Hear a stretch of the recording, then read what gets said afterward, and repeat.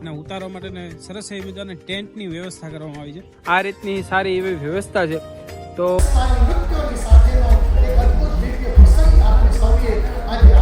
દોસ્તો તો આજે હું નવા બ્લોગમાં તમારું ફરીવાર સ્વાગત કરું છું। પહેલા તો જય માતાજી અને જય મા મોગલ અને જય સ્વામિનારાયણ। મહુવાની અંદર ભવ્યથી ભવ્ય મહુવા મૂર્તિ પ્રતિષ્ઠા મહોત્સવ યોજાઈ રહ્યો છે। ત્યારે હું આજે તમને થોડા વિડીયોના માધ્યમથી દર્શન કરાવી અને વ્યવસ્થા કેવી છે હું તમને આજે બતાવી। તો વિડીયોના અંત સુધી બન્યા રહેજો અને નવા હોય તો ચેનલને સબસ્ક્રાઇબ કરવાનું ભૂલતા નહીં। આ વિડીયો તમારા દરેક લોકોને શેર કરી દેજો। ખૂબ આનંદ થાય છે અત્યારે અને ખૂબ સારી લાગણી અનુભવી રહ્યા છીએ અત્યારે। હાલ તમે સત્સંગ ચાલુ છે કથા મંડપની અંદર અને બહુ જ સારા ઘણા બધા લોકો અત્યારે હાલ ઉપસ્થિત છે।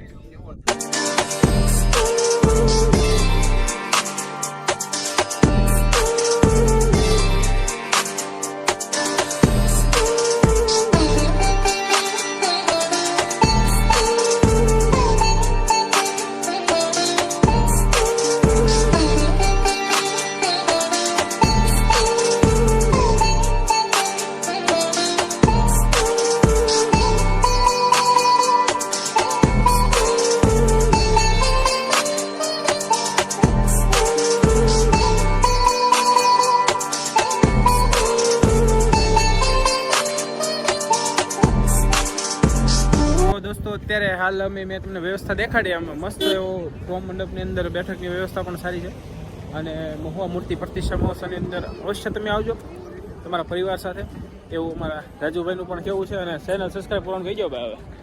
હવે બધા મિત્રો ફરજિયાત વિવેકભાઈની ચેનલને સબસ્ક્રાઇબ કરી નાખજો નવા નવા વિડીયો જોવા માટે।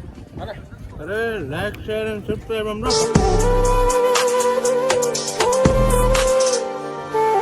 ભવ્યથી ભવ્ય મૂર્તિ પ્રતિષ્ઠા મહોત્સવ યોજાઈ રહ્યો છે।